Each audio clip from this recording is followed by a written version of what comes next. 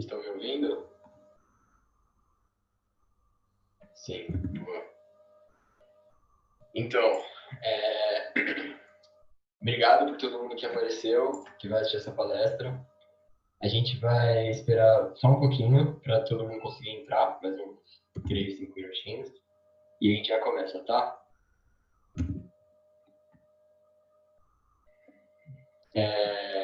Enquanto a gente vai esperando o pessoal entrar, eu queria agradecer a todo mundo que veio. Queria falar que, para vocês entenderem e aproveitarem tudo que a SEnEC tem para oferecer, vocês têm que baixar o app, baixem o app, porque é por ali que a gente vai fazer as perguntas, é por ali que a gente vai controlar a gamificação e dar os brindes, etc. Com o app que a gente tem a experiência completa da SEnEC, né? E, bom, explicando um pouquinho sobre como vai funcionar. No meio durante a atividade, a gente vai disponibilizar o QR Code, que vocês vão ler com o aplicativo, e aí vai contar a sua presença e vai contar para a gamificação. E a atividade em si, como é que vai funcionar? A gente vai, por causa da barreira da linguagem, né, que, bom, o idioma americano fala inglês e a gente está no Brasil, ele gravou a palestra para a gente legendou ela, a gente vai tocar a palestra para vocês, e depois da palestra a gente vai abrir para pergunta, que vão ser feitas pelo aplicativo também. E aí a gente vai fazer as perguntas por John e depois ele vai responder, tudo bem? Então é isso, vamos esperar mais um pouquinho só. E John, if you like to present yourself, like. Bom dia, or good evening, bom tardes, I guess it is. And it is very nice to be here. Ok, so we will wait. A gente vai esperar, 3 minutinhos aí e a gente já começa.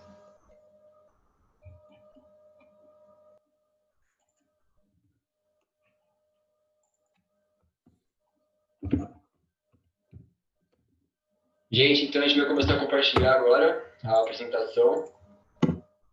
E é isso daí, tá? Aproveitem.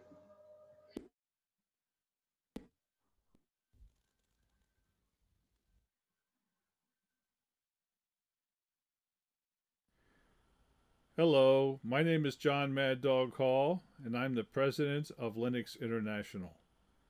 My talk today will be about computer sovereignty in Brazil and Latin America. For those of you who do not know me, hello, my name is John Maddog Hall, and I'm the president of Linux International. I have worked on all types of operating systems. My talk today will be about computer sovereignty in Brazil and Latin America. I started programming on Unix systems. For those of you who do not know me, I have been in the computer industry for over 50 years. I worked on Unix. I have worked on all types of operating systems, all types of architectures. In 1980, I pride myself on being pragmatic about things. And so I believe in doing the right thing and having the right answer for the right job.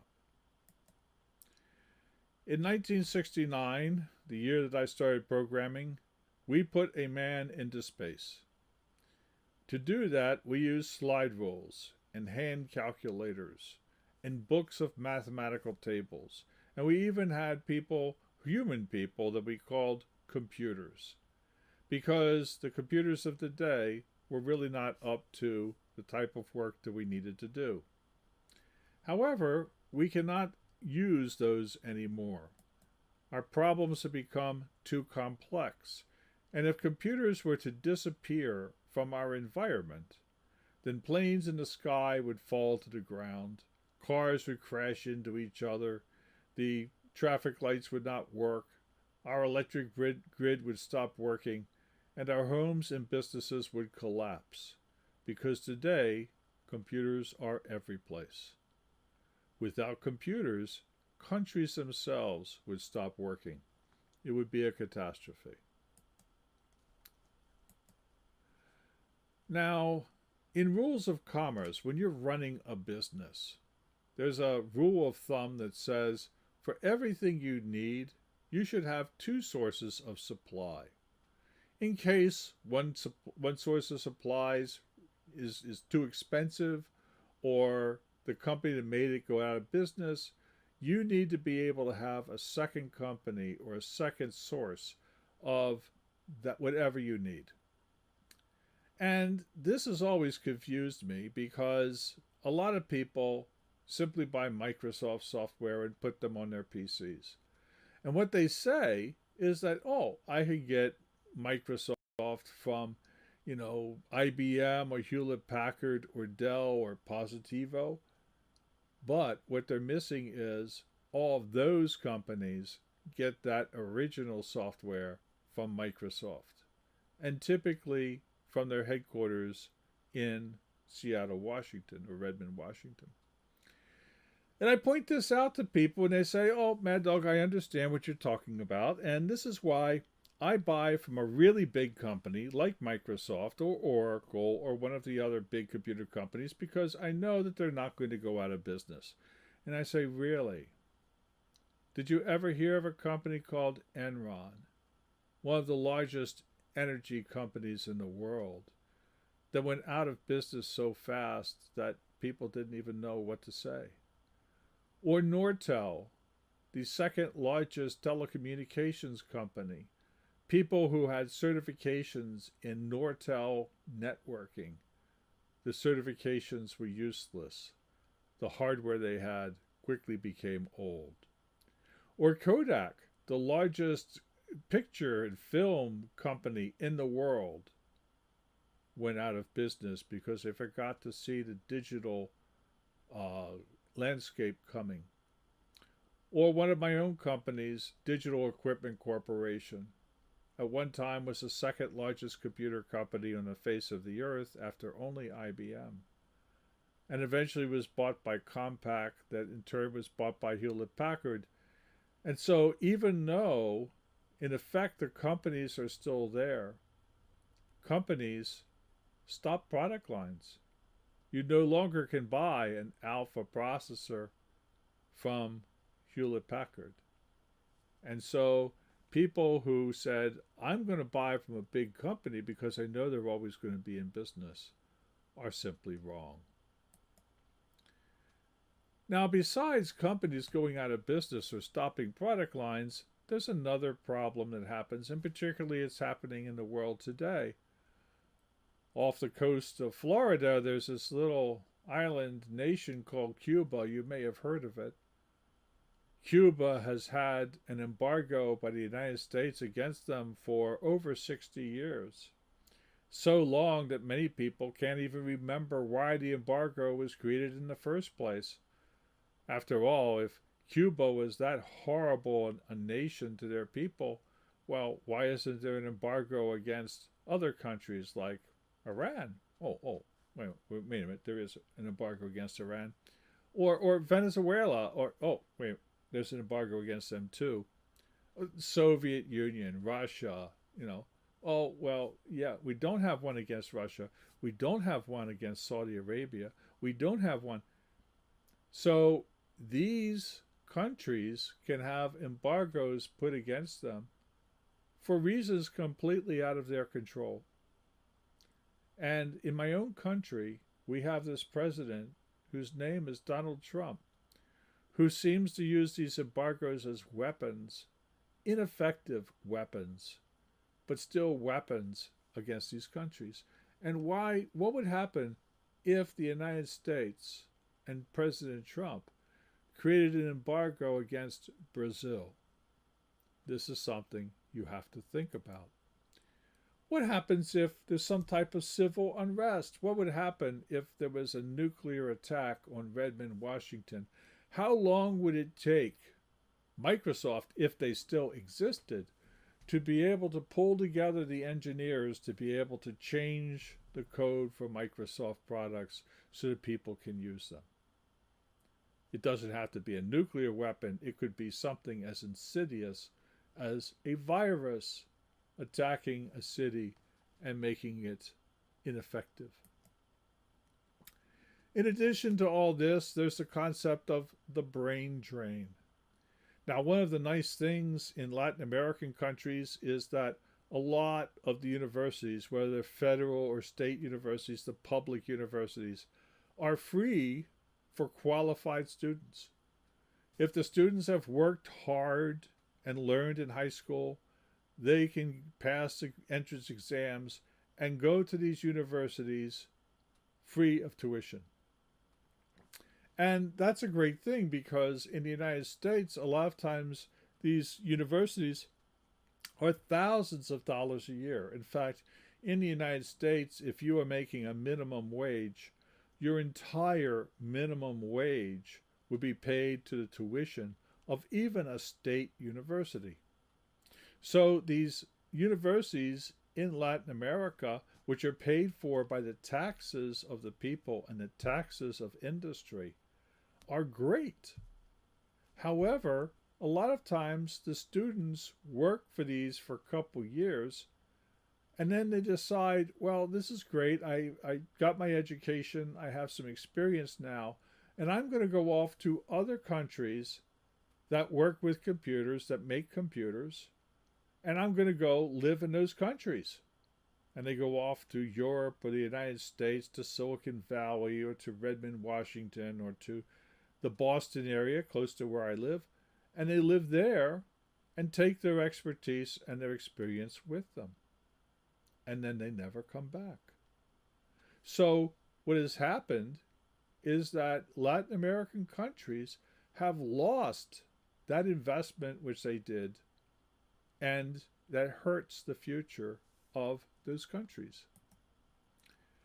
Why do people do this? Why do the students leave a very good country? Well, a lot of times they want to work on what they call interesting problems. They see these other countries like Silicon Valley or Redmond, Washington. They see these places as working on very interesting things like operating systems or new compilers and new languages. And they want to do that. They want interesting work as well as good pay. Now, this creates a shortage of engineering and manufacturing expertise in Latin America because all of these people are leaving. And that makes it difficult to attract new industry to come and create research parks and things like that, because these companies do not want to bring their existing employees to Latin America. They want to take advantage of the people that you have in Latin America already. And they look around and they say, where are your experienced engineers? And the people say, oh, well, we graduate all these university students every year. No. Where are the engineers that graduated a few years ago and have some experience so we can hire them? Oh, they've all gone to the United States. They've all gone to Europe. They've all gone to China.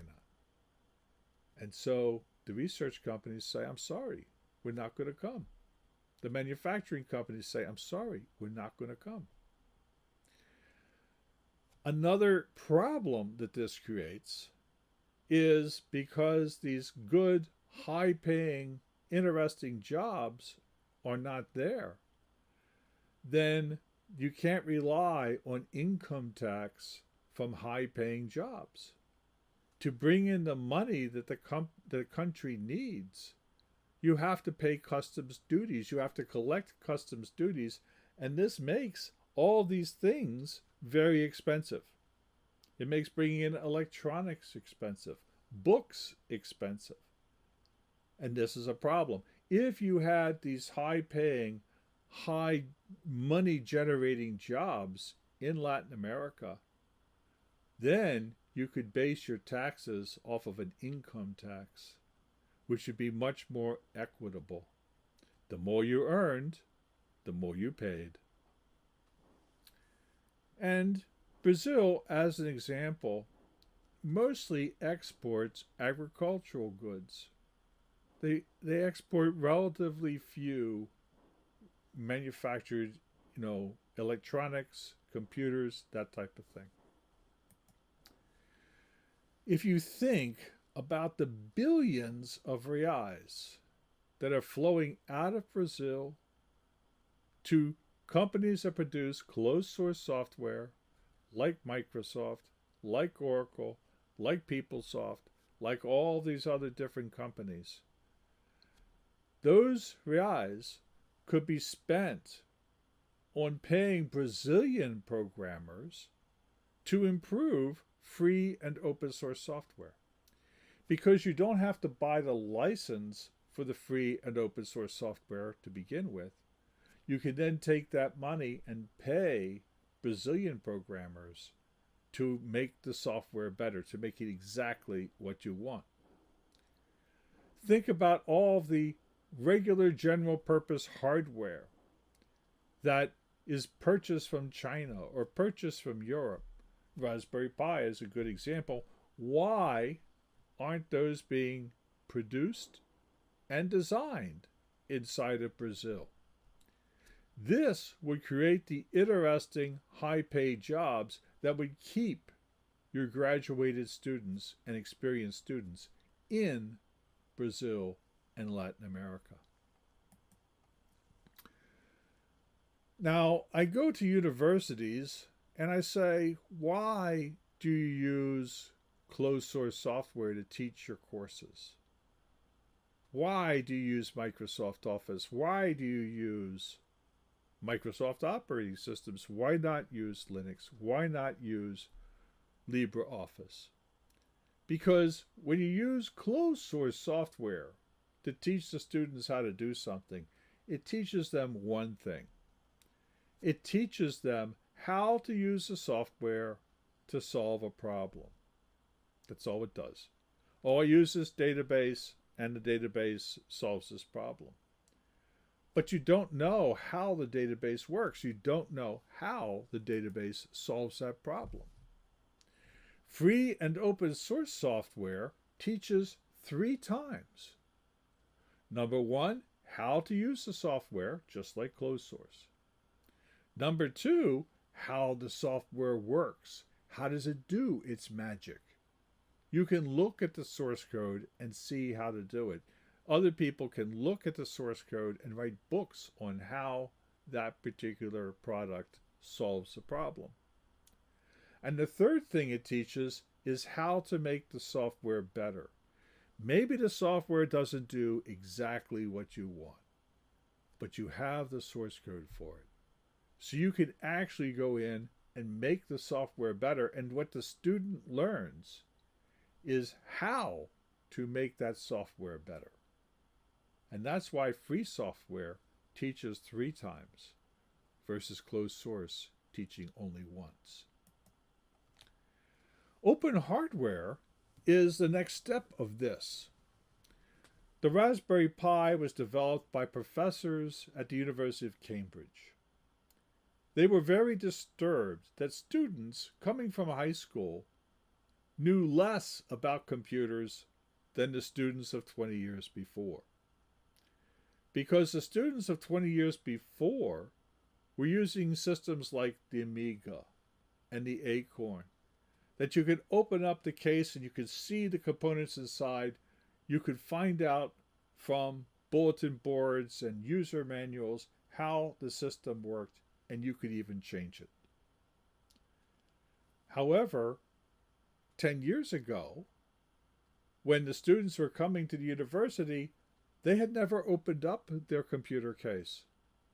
If they got a new laptop, the laptop said, oh, if you open this up, you void your warranty.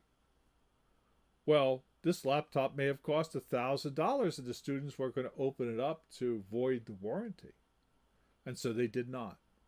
And what they would do is they would buy a game or they would buy a product from the computer store and they would put it on their system and they would write some, web program and think that they were a programmer. And so the professors went in and designed the Raspberry Pi and purposely left it without a case, purposely left it without a power supply, said, we want you to understand how this computer works. But the Raspberry Pi is not enough because it doesn't teach you how to design that hardware, how to make it better. It does not teach you the manufacturing capabilities that are needed to manufacture that hardware. It doesn't teach you about how to set up a supply chain of finding all the parts and how to buy them in quantity and how to get them to the right place at the right time to manufacture these things. And so what you really need is not only to be able to have the open hardware, but to be able to manufacture it and to be able to design it.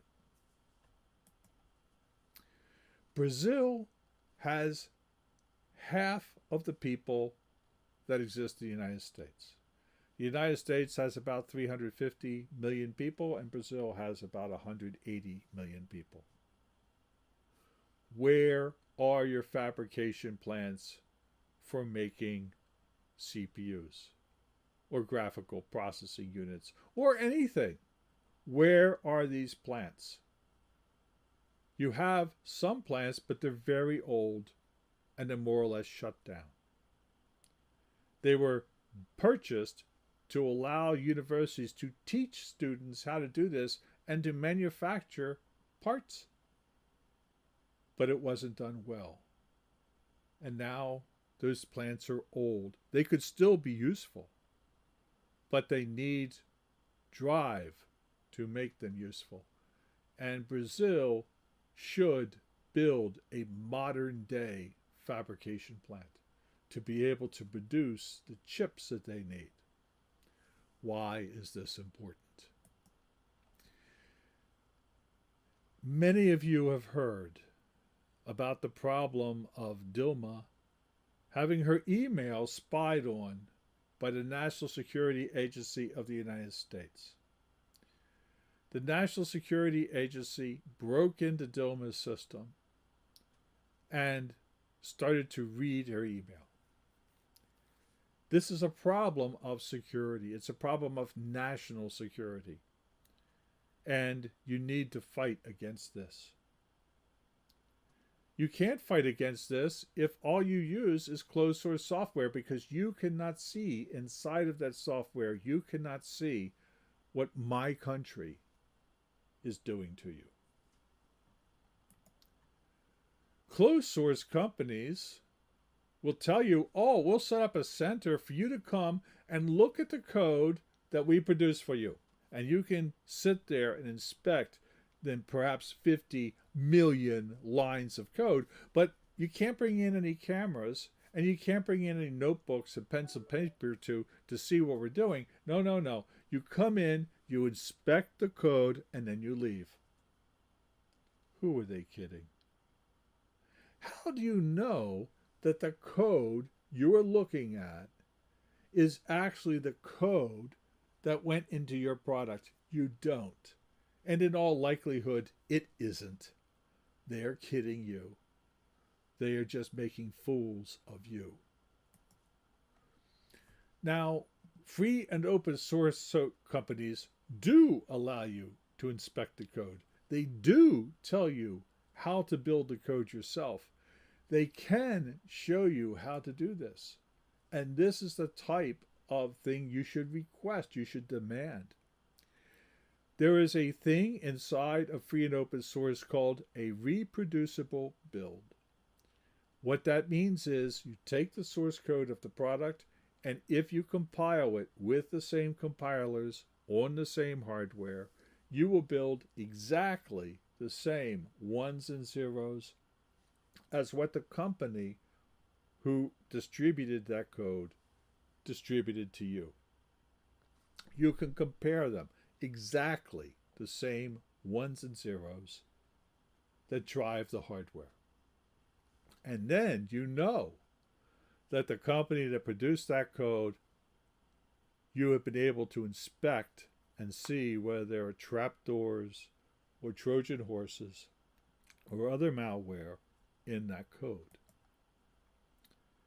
But getting your operating system from a company like Red Hat, which is a very reliable company that uses open source, getting it from Debian is not enough.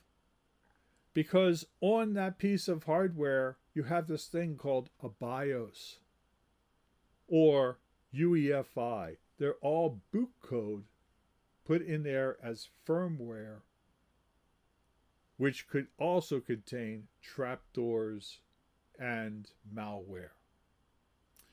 Maybe you buy a GPU from a company called NVIDIA that they don't tell you how to actually program the hardware itself. They give you a driver, which is just what we call a binary blob. And that binary blob could have Trojan horses and malware in it. There's firmware, other types of firmware in the system, and then inside the Intel and AMD processors, there is something called microcode. And that microcode itself is a tiny little program that could have malware in it. Now, all of these things are coulds. I could trust Intel, and I do. I trust Intel because Intel is a loyal U.S. company, and they would never put anything inside of their processors that would be detrimental to me, a United States citizen. But that doesn't necessarily mean they wouldn't put something in there detrimental to Latin America. So when you build your code, all of your code, you have to do it with trusted people, with trusted code, with trusted hardware, in order to make sure you are very secure. But even that is not enough, because you need to make sure you know where your data is going.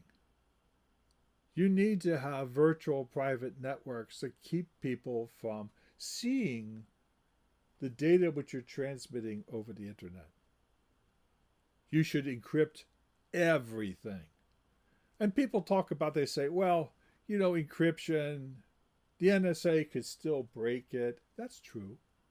The NSA can probably break the encryption of anything that you would encrypt if they knew what to encrypt.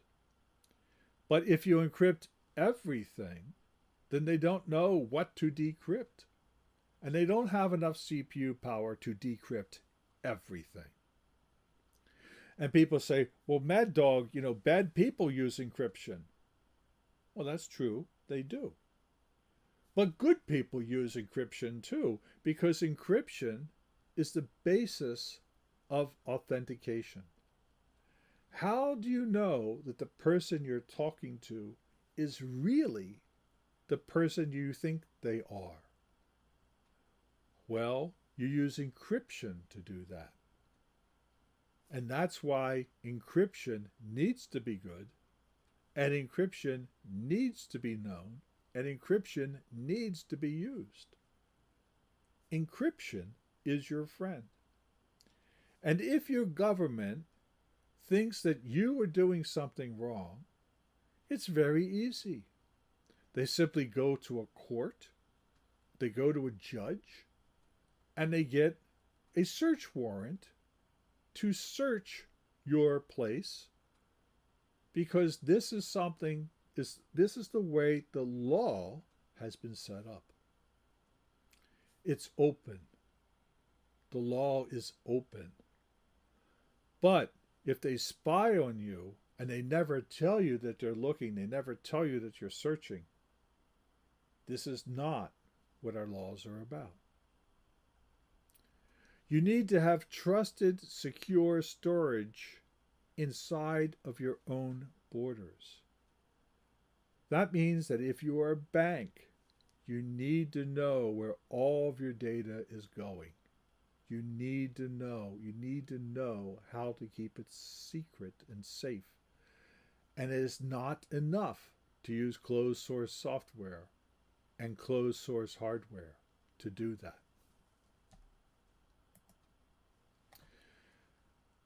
If you're going to university and you're studying business, you should learn how to use open source software and hardware in business models. You can make money with free and open source software and hardware. There's many different ways. There's many books on the internet. There's many business models.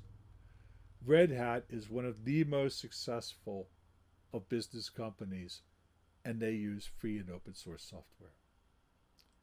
And this should be taught in your schools and in your universities how to do this. Don't just keep sending people to the United States, to Europe, to buy their software and their hardware. And people say to me, oh, Maddog, this is going to take a long time. It's going to take a very long time to do this. We're going to have to teach our students how to do this.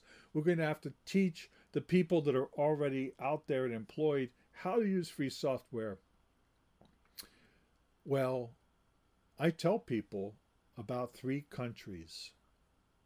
And these 3 countries went from being the poorest country in their region to being the richest country in their region. After World War II, Liechtenstein, which is over in Europe, was one of the poorest countries in Europe. And their king came back to Liechtenstein after the war, and he saw how their country was suffering. And he came up with an idea. He came up with a plan. He told the plan to his people, and they listened and they accepted his plan. And then they worked on that plan. And in 10 years, Liechtenstein went from being the poorest country in Europe to the richest on a per-person basis. Malaysia was a very poor country in Asia. And they elected a prime minister who had a plan. The prime minister told the plan to his people. The people agreed on that plan. And 25 years later, Malaysia was the richest country in Asia on a per-person basis. Ireland was one of the poorest countries in Europe. But they decided to set a plan that to turn them into a high-tech area. And the people understood the plan, and the people worked on the plan. And in 10 years, Ireland became a very desirable place to live, became a very technical country. And I've been coming to Brazil since 1994. When I came in 1994, I saw the University of Sao Paulo. I saw that they had a Beowulf supercomputer. And they were doing some amazing things with this supercomputer made out of Linux, open source software, and commodity hardware. They were doing things that I had not seen any other place. And I was impressed with that. And I was impressed by the fact that they had 100,000 students and 16,000 PhDs. I saw tall buildings, and I saw a very entrepreneurial people. But the problem is, you all keep going off in different ways. You need to come up with a plan. You need to sell that plan to the people, and you need to execute on that plan. And Brazil, in 25 years, could become the richest country in Latin America. I know you can. And so, the journey of 1,000 miles has to begin with that single step. Come up with a plan. Sell the plan, execute on the plan, and you can do it. With that, I will try and answer any questions. Thank you very much.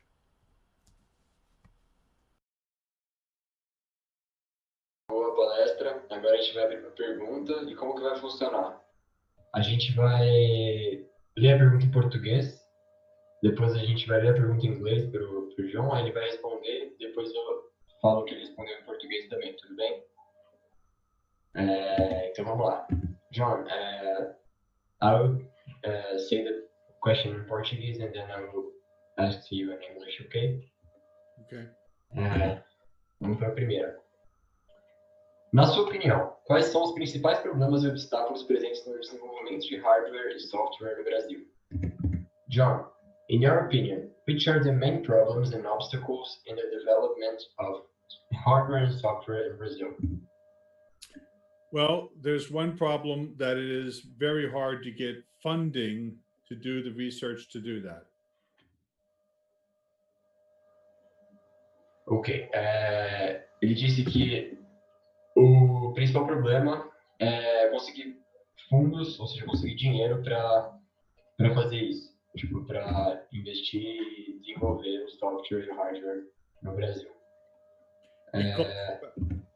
Sorry, John, what? So I give a little bit of the answer and then I'll stop for you to translate it and then I'll give a little bit more. Okay, nice. Perfect. So it costs about $2 to $3 million to design a computer like the Raspberry Pi. Custa mais ou menos 2 a 3 milhões de dólares para construir, para desenvolver um computador de Raspberry Pi. And then once you have the design done, it takes about $400,000 to bring it into manufacturing. A partir do momento que você desenvolveu esse computador, custa mais ou menos. Sorry, John, how much it costs? $400,000. $400 mil para começar a tirar do papel. And then after you have the computer starting to be manufactured, you need to port the operating system to it. E depois que você faz realmente o computador, você tem que colocar o sistema operacional dele para rodar. That might cost another $100,000. E isso provavelmente vai custar mais ou menos $100 mil. And then you have to market the little computer so that people know how to buy it and how to use it.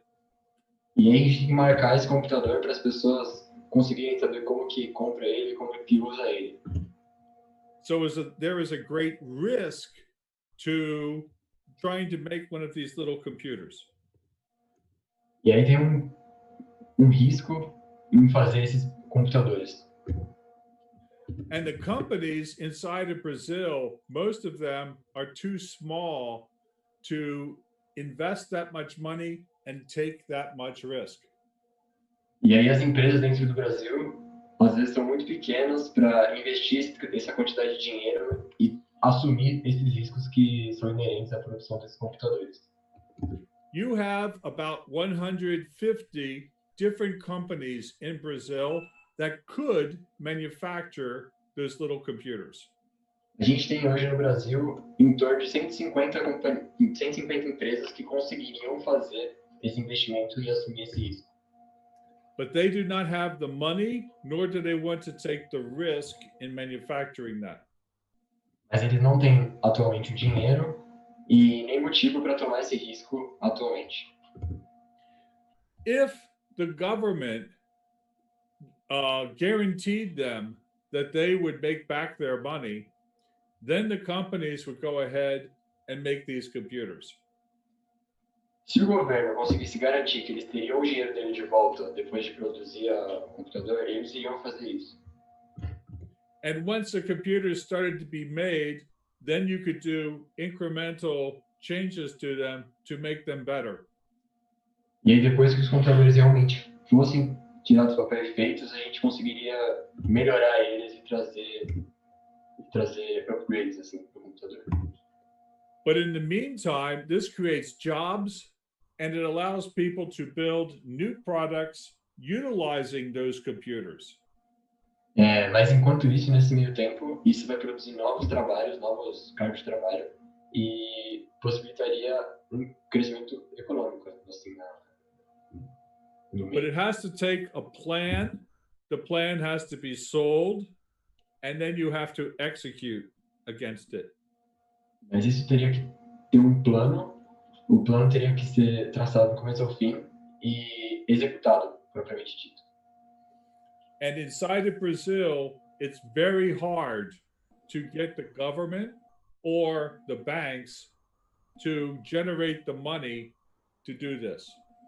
E no Brasil é muito difícil a gente conseguir que o governo e os bancos financiem e proporcionem isso. Another problem that Brazil has is that they pirate about 84% of their software. Outro problema que a gente tem no Brasil é que a gente pirateia mais ou menos 80% do nosso software. This makes it very hard for a company to make software to sell it and make a living. E isso faz com que seja muito difícil que as empresas façam esse software e vendam ele para conseguir sobreviver. It also makes it very hard to fund free software. E isso também faz com que seja muito difícil de financiar o software livre. So people say, I'm not going to use Inkscape because I can steal Adobe Illustrator. Aí as pessoas falam que, eu não vou usar o Inkscape porque eu não posso roubar ou piratear o Adobe Illustrator. I'm not going to use GIMP because I can steal Adobe Photoshop. E eu não vou usar nenhum outro aplicativo de desenvolvimento de fotos quando eu posso craquear o Adobe Photoshop. But there are two groups that cannot afford to steal software. Mas tem dois grupos que não conseguem craquear esse software. Companies cannot afford to steal software, and the government cannot afford to steal software. As empresas não podem fazer isso de piratear o software e o governo não pode piratear o software. And so millions of reais go outside of Brazil on the software that the government cannot afford to steal. Então, milhões de reais vão para fora do Brasil para pagar o software que eles não conseguem piratear. If the government and industry took that money that they were paying to Adobe and Microsoft and instead paid that to software developers like you inside of Brazil, then you could make free software better. E se a gente pegasse todo esse dinheiro que vai para fora do nosso país comprando software e revertesse ele para dentro, financiando as pessoas que fazem software aqui dentro, a gente poderia fazer com que isso melhorasse. And then when you were paid that money, you would buy Brazilian food, Brazilian houses, and pay Brazilian taxes. E quando a gente recebe esse dinheiro, a gente pode comprar comida, a gente pode comprar casa, a gente pode viver a nossa vida. But when you send that money to Bill Gates, there's only so much cachaça that he's going to drink. E quando a gente envia esse dinheiro para o Bill Gates, a única coisa que ele vai fazer é beber muita cachaça. So that money does not come back to Brazil. Então esse dinheiro não volta para o Brasil. The government needs to think about this type of issue. O governo precisa pensar sobre esse tipo de problema. Next question. Ok, thank you. Gente, só para avisar, a gente está anotando as perguntas e para depois, se vocês não conseguirem acompanhar alguma coisa, a gente vai disponibilizar para todo mundo, tá bom? Tanto em inglês quanto com a tradução em português. John, what I just said is that we're going to take notes of the questions and just send it to the people who are watching, okay? Okay. Next question. Próxima pergunta. Qual a sua opinião sobre o novo movimento da Microsoft que acaba centralizando grande parte do open source, com a aquisição do GitHub, por exemplo? John, what do you think about Microsoft's new tendency to centralize a large part of open source software, like their GitHub acquisition, for example? Okay.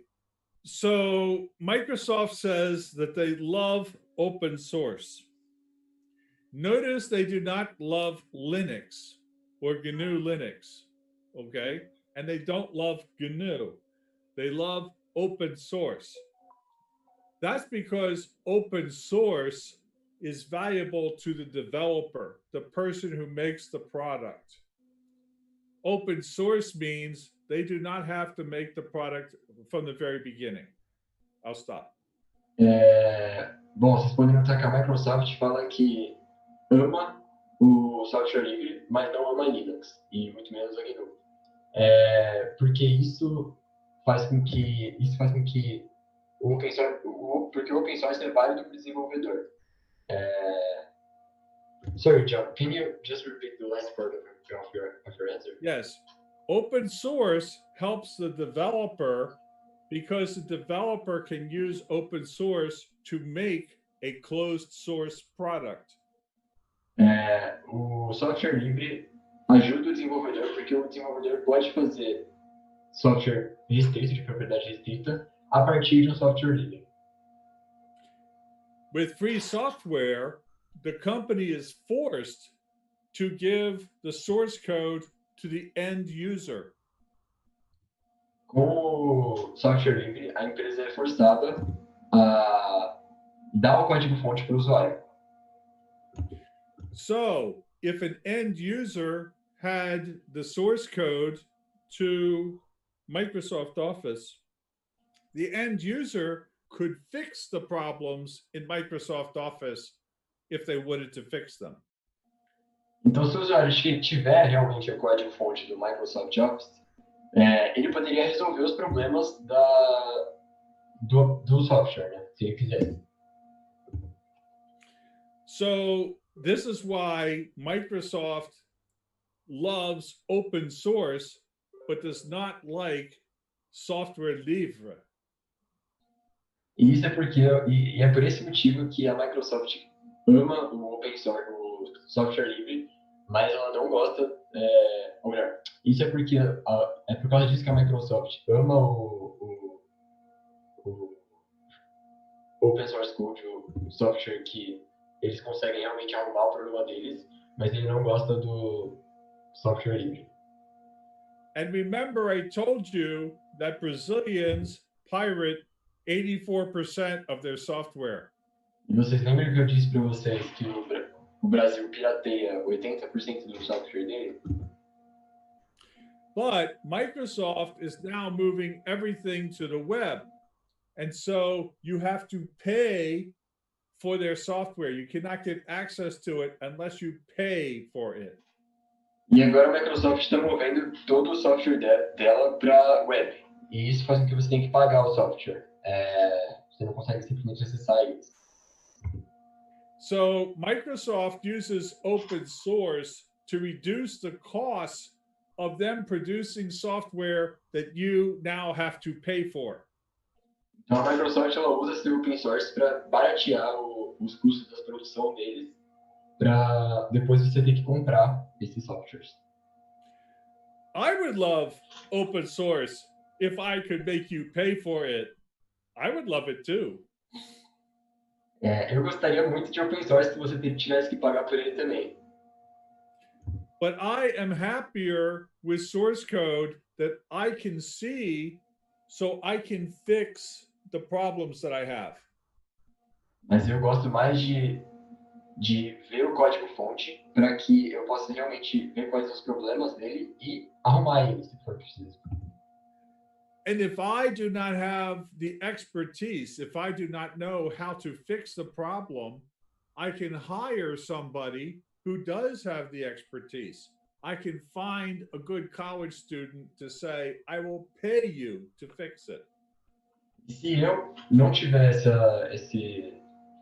esse conhecimento para realmente arrumar o código-fonte, eu posso contratar alguém para fazer isso. Como, por exemplo, um aluno de faculdade. But I cannot, I might pay Microsoft to fix my problem. However, they may never fix my problem. They may be fixing lots of other people's problems. Então eu não posso pagar para que a Microsoft resolva o meu problema, mas, ou melhor, eu não posso pagar para que a Microsoft resolva o meu problema, mas eles nunca vão resolver esse problema. Eles podem resolver o problema de outras pessoas, não da gente. Who do I find at Microsoft to pay them to take Microsoft XP and port it to a new processor? Quem que eu encontro na Microsoft para pagar eles e colocar o Microsoft XP em um novo processador? No matter how much money I pay them, they will never do that. Não importa quanto de dinheiro que a gente paga para eles, eles nunca vão fazer isso. If I wanted to port Linux to a new processor, I could probably do that for $100,000. Se eu quisesse colocar o Linux no novo processador, eu provavelmente conseguiria fazer por how much dollars, John? Sorry. $100,000. $100,000. But the thing is, that's my decision. Mas o que acontece é que essa é a minha decisão. If I can choose to spend $100,000 and get the port or not. Eu posso escolher para pagar essa pessoa para colocar o software ou não. With closed source, it's Microsoft's decision. Com o software fechado, é a decisão da Microsoft, não minha. And I have nothing to say about it. E eu não tenho nada a dizer sobre isso. Next question. Thank you, John. Próxima pergunta. Você prevê uma maior adesão dos softwares livres? Ou melhor, não, essa mesmo, desculpa. Você prevê uma maior adesão do software livre por parte da população em geral nos próximos anos? John, do you think that in the next few years the use of free software will increase around the world? I have not done this study in a while. Eu não fiz esse estudo faz algum tempo.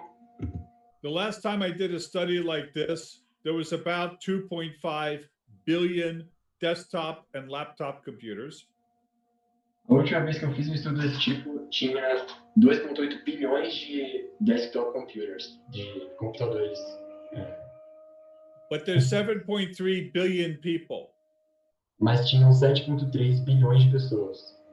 Which means that 5 billion people have not selected their desktop or laptop operating system yet. Isso significa que 5 bilhões de pessoas não tinham acesso ao computador ainda. And these people do not have enough money to buy Apple. E essas pessoas não tinham dinheiro suficiente para comprar um computador da Apple. What they need is an inexpensive computer with a free operating system. O que eles precisavam é um computador de software livre com sistema operacional grátis. Apple had the iPhone 1 6 months before Android came out. A Apple tinha o iPhone 1 6 meses antes do Android aparecer. So Apple should be the company that is generating the most phones. Então a Apple deveria ser a companhia que produz o maior número de telefones. But Android is outselling Apple 2-1. Mas o Android está vendendo 2 vezes mais telefones do que a Apple. So I think the free software is going to explode. Então eu acho que o software livre vai explodir. But what we need to do is to get countries to understand the entire model, not just buy things. Mas o que a gente precisa fazer é que os países entendam o cenário geral e não só o micro da coisa. Some countries like Monaco or Liechtenstein are very, very small. Alguns países como Mônaco e Liechtenstein, não sei se você fala isso direito, são muito pequenos. They cannot possibly produce everything they need. Eles não conseguem produzir tudo que eles precisam. But what they can do is form groups of countries like them that they produce and share the production amongst themselves. Mas o que eles podem fazer é formar grupos de países parecidos com eles, para que eles compartilhem e dividam esses equipamentos. Likewise, Brazil could be the center of a group of Latin American countries to build these things and to generate jobs inside of Latin America. Nesse sentido, o Brasil pode ser o centro de uma organização que gera empregos e desenvolve esses softwares. People say, well, OpenOffice or LibreOffice does not do all of the things that Microsoft Office does. Algumas pessoas falam que os Office de código livre não fazem as mesmas coisas que o Microsoft Office faz. But 95% of the people who use Microsoft Office never use all of the features. Mas 95% das pessoas que usam o Microsoft Office nunca usaram todas as funções dele. And so when people say to me, Microsoft, LibreOffice does not do this and Microsoft does, I say, have you ever used that thing in Microsoft Office? Então, quando as pessoas falam, o Office de software livre não faz determinada coisa e o Microsoft Office faz, eu devolvo para eles a pergunta: você já usou isso alguma vez no Microsoft Office, essa função? And they say, no, I've never used it. E eles respondem que não, que eles nunca usaram. So I tell people, when you ask for a product, do not use the name of the product. Instead, tell people what you want the product to do.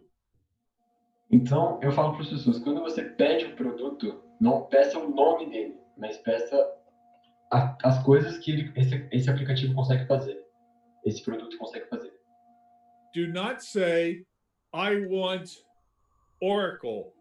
Instead say, I want a relational object-oriented database. Não fale, eu preciso do Oracle. Fala que eu preciso de uma relational object-oriented database. Fala que eu preciso de uma banco de dados orientando objetos relacionados. Do not say, I want Internet Explorer. Instead say, I want a web browser that works. Não fala que eu quero o Internet Explorer. Fala que eu quero um browser, um navegador que funcione. So by defining what you want, you now open up the possibilities of getting things. Então, definido o que você quer, isso abre as possibilidades para o que você consegue pegar, que você consegue adquirir. Next question. Okay, thank you, John. This relational tutorial database was very difficult. John, o que você considera mais importante na formação de um programador profissional de computação? John, what do you believe are the core aspects in the formation of a programmer or a computer science professional? I'm sorry, would you say that again, please? John, what do you believe are the core aspects in the formation of a programmer and a computer science professional?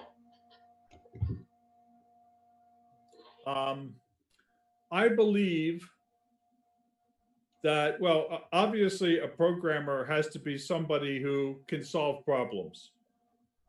Obviamente, programador precisa ser uma pessoa que consegue resolver problemas. And a programmer should know how to go from one place to another in a logical way. Programador tem que saber como que ele vai de um lugar para o outro de uma maneira lógica. Now, I also believe that a programmer should understand how the computer works. Eu também acho que programador deveria saber como computador funciona. So that you should know how a language turns into the ones and zeros that the computer can understand. Então você precisaria saber como que uma linguagem se transforma em uma sequência de uns e zeros que você consegue entender. And you should also know the parts of the computer architecture, and how all of those parts fit together.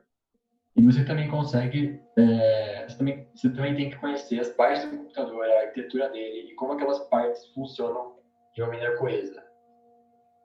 You should have a curiosity about how these things work. Você tem que ser curioso para saber como que essas coisas funcionam. You should enjoy learning. Você tem que gostar de aprender. Because you will always be learning. Porque você vai estar sempre aprendendo. Do not believe that when you leave university, you can stop learning. Não acredite que quando você sair da universidade, você vai parar de aprender. Because computer science changes so rapidly that you're always learning throughout life. Porque a ciência da computação muda tão rápido que você vai estar sempre aprendendo ela durante a sua vida. I think that's about it. Okay, John, thank you. Okay, next question. Vamos para a nossa penúltima pergunta agora. Existem incentivos internacionais para uma produção de hardware e software em países em desenvolvimento? Se sim, quais? Are there any international subsidies for the hardware software production in countries in development? I'm sorry, again, could you say that again, please? Are there any international subsidies for the hardware and software production in countries in development? I do not know all of the different countries. Eu não conheço todos os países diferentes. There are certain countries that have started using the Arduino and various ARM processors to try and produce small computer systems. Tem muitos países que começaram a usar o Arduino e vários processadores ARM para produzir pequenos sistemas computacionais. For example, there is Bulgaria that has started making a set of little computers called OmniX, which is very good. Por exemplo, a Bulgária começou a produzir pequenos computadores chamados OmniX, que são muito bons, fazem trabalho muito bem. But what I would like to see is this type of thing done in Brazil. And we have a project at the University of Sao Paulo called Caninos Lucos. Mas o que eu gostaria de fazer é que essas coisas fossem produzidas aqui no Brasil. E a gente tem um projeto dentro da Universidade de São Paulo, mais especificamente da Poli, chamado Caninos Loucos. But I would like to see more support from the government in terms of funding and interest in this project. Mas seria legal se tivesse mais investimento do governo e que ele se interessasse realmente pela produção e pelo desenvolvimento desse projeto. Because I think that with just a little bit more funding, we could really start to develop a lot of very good computers. Porque eu acho que se a gente tivesse realmente um investimento bom, a gente conseguiria desenvolver muitos bons computadores. See, you can't think of just the computer by itself. A gente pode pensar no computador, a gente pode pensar somente no computador, sozinho. It's what the computer could do for the rest of manufacturing and the rest of society. É o que o computador consegue fazer pelo resto da sociedade, pelo resto da população, que é o importante. If you had an inexpensive computer that fit the Brazilian economy well, then that would stimulate other developments and other products that would stimulate more jobs. Se a gente tivesse um computador barato o suficiente para a realidade brasileira e que ele servisse bem para o que a gente precisaria, isso incentivaria outros desenvolvedores a produzir coisas desse tipo. An investment of, say, $10 million in the project of Quininos Lucos would generate $10 billion worth of revenue from other projects. Investimento de 10 milhões de dólares no projeto Caninos Loucos da USP geraria outros 10 bilhões de dólares como receita para outros projetos. As an example, the Caninos Lucos computers were used in a respirator for COVID-19. Por exemplo, o sistema dos Caninos Loucos foi usado em respiradores para combater a Covid-19. If you bought a respirator from the United States, it would cost between $15,000 and $30,000 US. Se você comprasse respirador nos Estados Unidos, isso iria custar 15 a sorry, John, $15,000 to $30,000 or $15,000 to $20,000. The respirator that was designed at the University of Sao Paulo using Quininos Lucos only costs $2,000. Tudo bem. Como eu estava dizendo, nos Estados Unidos isso iria custar em torno de $15 mil. Com o respirador usando os Caninos Loucos, custa em torno de $2 mil. So not only can the hospitals buy 5 times or 10 times as many of the respirators from the University of Sao Paulo, but they generate jobs in Brazil of assembling those. Então, não só os hospitais podem comprar esses respiradores da USP 5 vezes mais barato ou até mais, assim como eles vão gerar emprego dentro desse nicho. I'm working on a project right now called Project Kawan. Eu estou trabalhando num projeto atualmente chamado Projeto Kawan. We can use a Labrador computer to replace a point of sale terminal that costs $3,000 US. A gente pode usar esse labrador para substituir um computador que custa $20 mil. Custaria, né? $20 mil. Our point of sale terminal using the Labrador would only cost $1,000 US. O nosso computador usando o labrador que custaria $1.000. So now it's cheaper for the storekeeper to buy this point of sale terminal. Então agora é mais barato para Sorry, John, can you repeat that part? Sorry. It would be cheaper for the storekeeper to buy this point of sale terminal. Seria mais barato para as distribuidoras comprar esse sistema que usa o labrador. And this point of sale terminal would be manufactured in Brazil and sold by students. E esse computador seria feito dentro do Brasil e vendido por estudantes. So this would generate money for students to be able to go to university. Então isso geraria dinheiro para os estudantes para eles conseguirem ir para as universidades e estudar. So you see, you have to look at the entire program, not just the little computer.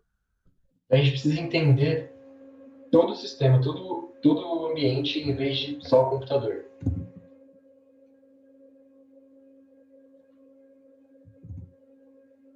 Next question. Can I ask, how many more questions are we going to have? One. It's our last. Okay. Bom, infelizmente a gente vai para a última pergunta, para a gente não se estender demais. E a pergunta é a seguinte: o que a população pode fazer para o desenvolvimento de tecnologia no Brasil, já que o governo insiste na exportação agropecuária? John, what can people do to help the technological development in Brazil, seeing that the government insists in agriculture exports? First of all, you need to talk to your parents. You need to talk to your representatives. You need to convince them that this is something that has to be done. Primeiro de tudo, a gente precisa conversar com nossos pais, a gente precisa conversar com nossos pais para convencer eles de que isso precisa ser feito. You are going to university and you need to create your own future.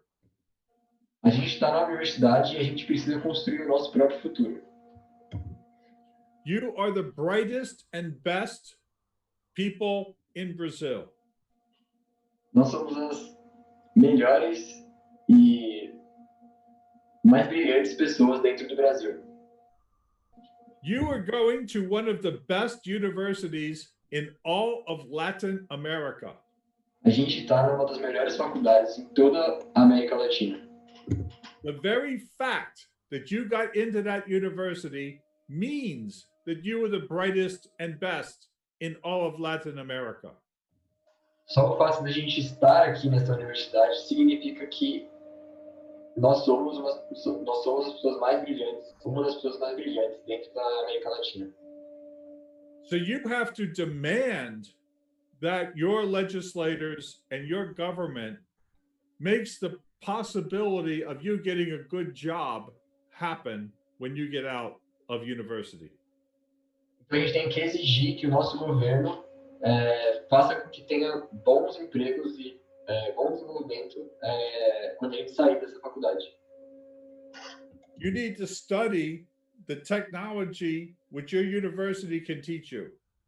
A gente precisa estudar a tecnologia que a nossa universidade pode nos ensinar. Internet of Things, AI, artificial intelligence, okay? Deep mining of data, security. Entre elas são internet das coisas, inteligência artificial, segurança de dados e muitas outras. And you need to be able to apply that to the problems that Brazil and Latin America have. E a gente precisa conseguir aplicar essas tecnologias nos problemas que o Brasil tem. But the solution to the problem is in your hands.